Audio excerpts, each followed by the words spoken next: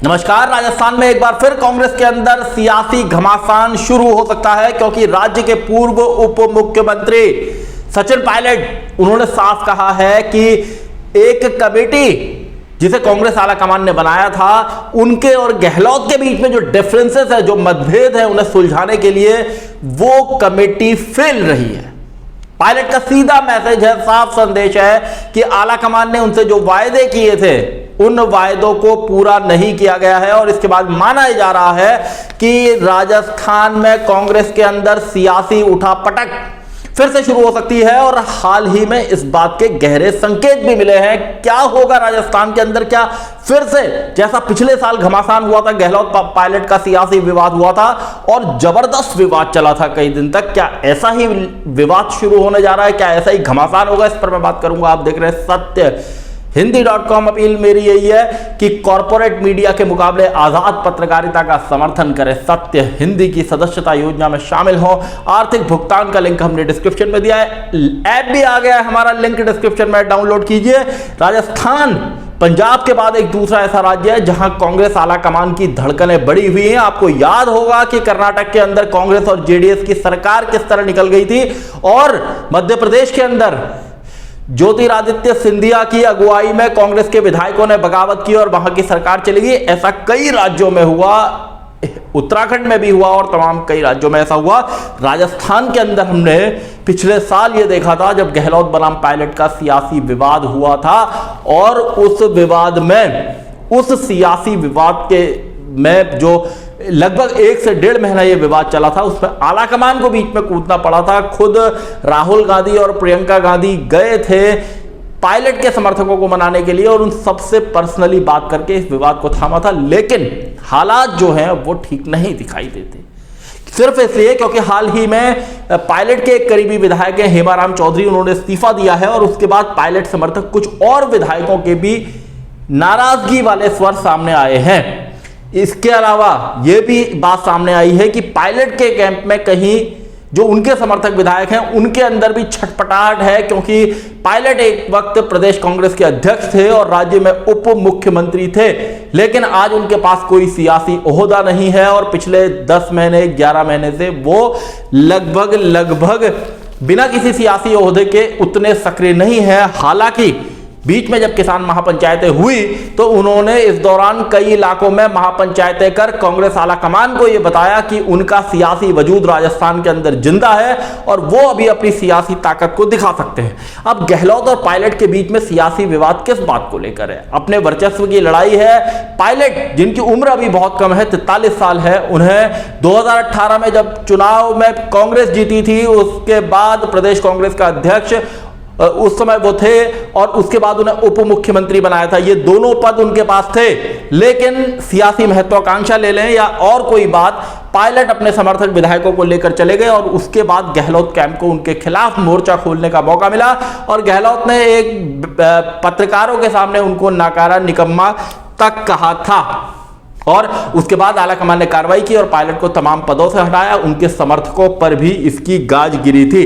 Cabinet जो विस्तार होना है राजस्थान के अंदर, उसमें पायलट और गहलोत दोनों के खेमे आमने सामने हैं। 9 सीटें रिक्त हैं, इनमें 5 सीटें पायलट, कहा जाता है कि 5 सीटों पर पायलट ने अपने समर्थकों को बैठाना चाहते हैं। उन्होंने आलाकमान की ओर से जो एक कमेटी बनाई गई थी विवाद को सुलझाने के लिए, उसके सामने 5 समर्थकों के नाम दिए हैं, लेकिन अभी तक तो ये कैबिनेट के पद भरे नहीं गए हैं। अगर 5 पद पायलट के पास चले जाते हैं तो बचती है 4 सीटें, जबकि गहलोत का कहना है कि बीएसपी के जिन विधायकों ने राजस्थान में कांग्रेस की सरकार को बनाए रखा है और जो इंडिपेंडेंट एमएलए कांग्रेस को समर्थन दे रहे हैं और जो उनके अपने कांग्रेस के विधायक हैं, उनको एडजस्ट किया जाना जरूरी है और ऐसे में अब तक कैबिनेट का विस्तार नहीं हो पाया है।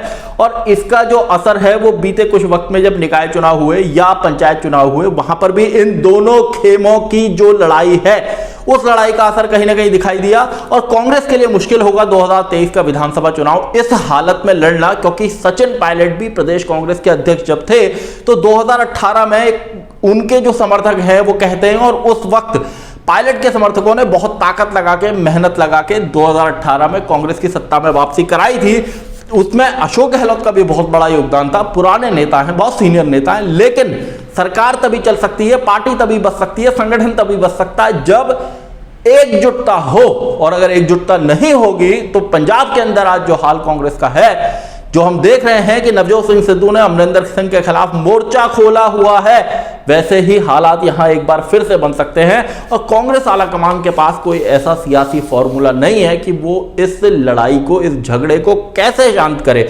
जो 3 मेंबर्स की कमेटी है, कहा जाता है कि वो भी थक हार चुकी है इस विवाद को सुलझाने में। और पिछले महीने अजय माकन जो राजस्थान के एआईसीसी के इंचार्ज हैं और जो ये कमेटी है इसके भी अहम सदस्य हैं, उन्होंने कहा था कि सचिन पायलट हमारे लिए बेहद सम्मानित, बहुत ही जरूरी नेता हैं, लेकिन जो पार्टी है वो उनका यही मैसेज था कि पार्टी सबकी इच्छाओं, सबके हिसाब से चल सकती है, किसी एक व्यक्ति को ज्यादा तरजीह या ऐसा कुछ मैसेज कि नहीं दी जा सकती। तो उस समय मैसेज साफ गया था कि कांग्रेस आलाकमान इस बार झुकने के मूड में नहीं है। और इससे जो पायलट समर्थक हैं उनका भी जो धैर्य है वो जवाब दे रहा है। पायलट के पास विकल्प क्या है? पायलट के पास विकल्प है कि जैसा कहा गया था कि वो अपनी अलग सियासी पार्टी बना सकते हैं। भारतीय जनता पार्टी में जाना उनके लिए सियासी फायदे का सौदा नहीं हो सकता।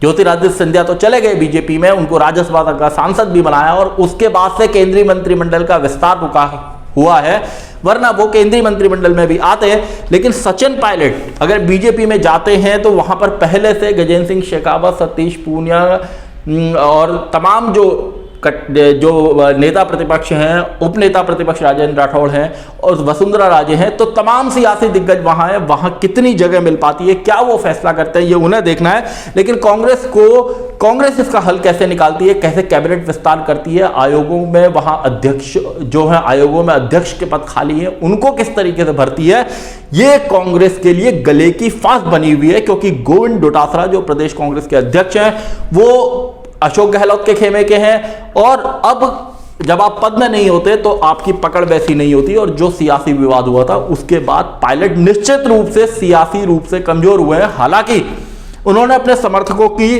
जो किसान महापंचायतें की थी वहां पर ताकत जुटाई थी, भीड़ जुटाई थी और मैसेज भी उन्होंने आला कमान को दिया। गुर्जर बिरादरी से आते हैं सचिन पायलट, उनके पिता राजेश पायलट यहां नोएडा के पास में, ग्रेटर नोएडा के बैतपुरा गांव के थे। और जो गुर्जर बिरादरी है, चाहे आप पश्चिमी उत्तर प्रदेश में चले जाएं, हरियाणा में चले जाएं, आप राजस्थान में चले जाएं, आप या दिल्ली में चले जाएं, तो जो यंग बिरादरी है गुर्जरों में वो सचिन पायलट के अंदर राजेश पायलट का अक्स देखती है। और जब सचिन पायलट के खिलाफ कार्रवाई हुई थी तो उस वक्त भी और अभी भी हम सोशल मीडिया पर देखते हैं तो ये बिरादरी उनके साथ ताकत के साथ खड़ी दिखती है। और ऐसे में कांग्रेस को इस एंगल को भी ध्यान में रखना होगा कि कहीं नाराजगी ज्यादा ना बढ़े, क्योंकि 2023 के विधानसभा चुनाव से पहले कांग्रेस को 5 राज्यों के विधानसभा चुनाव भी लड़ने हैं। पंजाब का संकट उसके सामने है, केरला कांग्रेस में खटर पटर मची हुई है, उत्तर प्रदेश में बहुत टफ फाइट है, वहां कितना कांग्रेस कर पाएगी नहीं कह सकते। लेकिन इस बीच ये भी चर्चा है कि आज सचिन पायलट को राजस्थान में कांग्रेस का प्रभारी बनाने की बात है, क्योंकि वहां के जो प्रभारी थे राजीव साटव, उनकी डेथ हो गई है, तो उसके बाद अब सचिन पायलट को वहां का प्रभारी बनाया जा सकता है। लेकिन कहा जाता है कि पायलट ये चाहते हैं कि उनके समर्थकों को सबसे पहले कांग्रेस के अंदर एडजस्ट किया जाए, सम्मान दिया जाए, उसके बाद वो पार्टी के लिए कोई ऐसा काम करेंगे। ये सूत्रों की खबरें हैं जो राजस्थान से छन छन कर आती रहती हैं। तो ऐसे हालात में क्या कुछ हो सकता है, कांग्रेस आलाकमान क्या झुकेगा, किस तरह इस मसले का हल निकालेगा, कैसे ये झगड़ा शांत होगा, क्या पायलट की मानी जाएगी, क्या गहलोत की मानी जाएगी। पायलट की उम्र अभी कम है, उनके पास लंबा सियासी अनुभव है, आलाकमान उनकी बात मान ले तो वो पार्टी में टिके रह सकते हैं, वरना वो कोई और फैसला भी ले सकते हैं। सब कुछ सारा दारोमदार आला कमान पर होगा कि वो कैसे इस सियासी झगड़े को, इस सियासी विवाद को, इस सियासी लड़ाई को शांत कर पाता है या नहीं कर पाता। सत्येंद्र.com में आज के लिए बस इतना ही। ऐसे ही तमाम मुद्दों पर मेरी आपसे आगे भी बातचीत होती रहेगी। धन्यवाद। सत्य हिंदी का ऐप डाउनलोड करें गूगल प्ले स्टोर पर।